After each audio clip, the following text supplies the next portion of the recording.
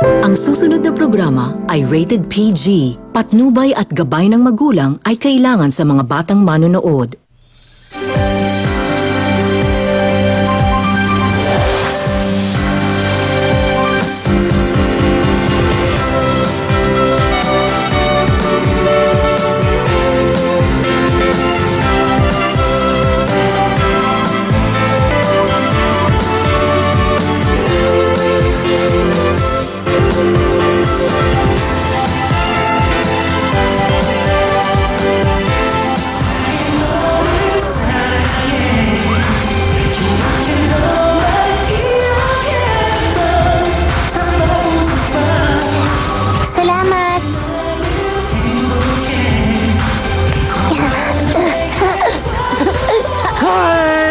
Bakit mo hinihila ang buntot ko? Mama! Anak. Bakit umiiyak ang prinsesang gaya mo? Tana! Bibigyan na lang kita ng lobo para sumaya ka. Pwede ka bang makuhanan ng picture kasama ang anak ko? Siyempre naman. Cheese!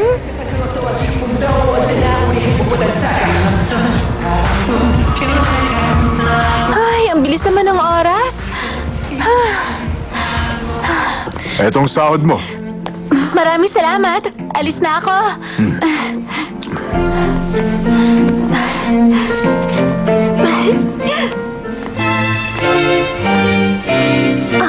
Eunice! Nabigla ka yata.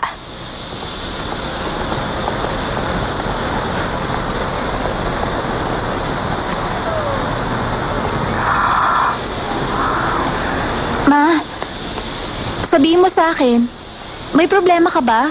Baka kasi malate ako, may trabaho pa ako ngayon. Ay, napakainit ng panahon, tapos ganyan pang suot mo. Ang hirap talaga siguro ng trabaho mo. Ha? Tignan mo, pawis na pawis ka. Ano ba yun, Ma? Sige na nga. May hingin sana akong pabor sa'yo eh. Anak, okay lang ba kung manghiram ako sa'yo ng pera? Huwag kang mag-alala, maliit lang naman. Kailangan ko ng 3,000. Maliit lang ba ang 3,000? Saan mo gagamitin? Hindi naman para sa akin. Ipapadala ko sana kay Karin. Ma naman! Kinakapos na nga tayo tapos nagpapadala ka pa rin sa kanya? Bakit kasi hindi na lang siya bumalik dito kung di naman niya kaya doon? Kalimutan mo na nga. Sabihin mo na lang kasi kung ayaw mo magpahiram.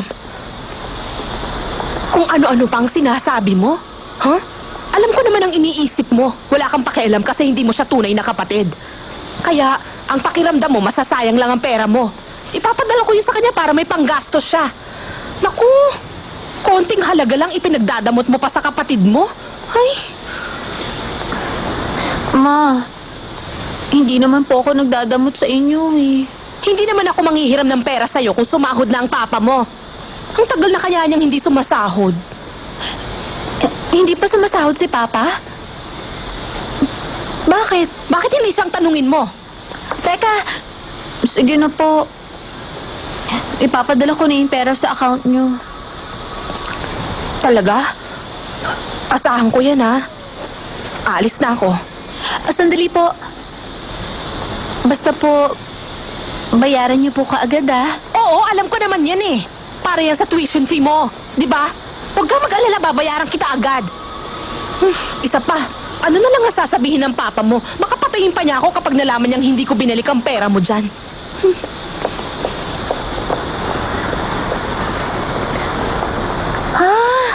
Ang tanga ko. Hindi na kasi ako dapat nakipagtalo sa kanya eh. Dapat umuo na lang agad ako. Hoy, sa susunod huwag kang makikipagtalo ah.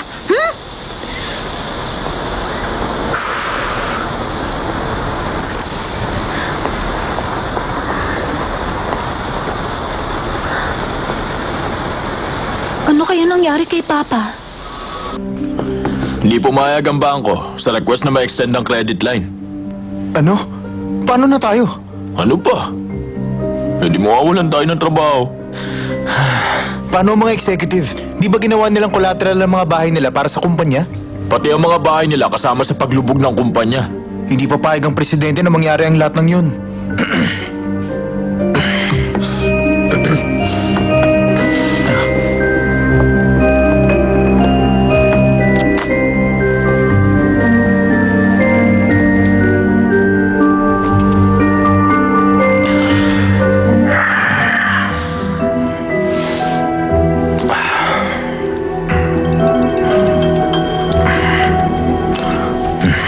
Oh, anak. Si Papa to. Hello, Papa. Huwag mo sabihin na kalimutan mo. Syempre hindi. Papa, Problema sino ka ba mo? sa trabaho? Kayo, nasaan ang boss niyo? Hello? Ha? Anak, sige na. May kailangan pa akong gawin eh. Magkita na lang tayo mamaya, ha? Okay, bye. Wala kasi yung boss namin eh. Ano ho bang kailangan ninyo? Umalis ka sa harap ko. Sir.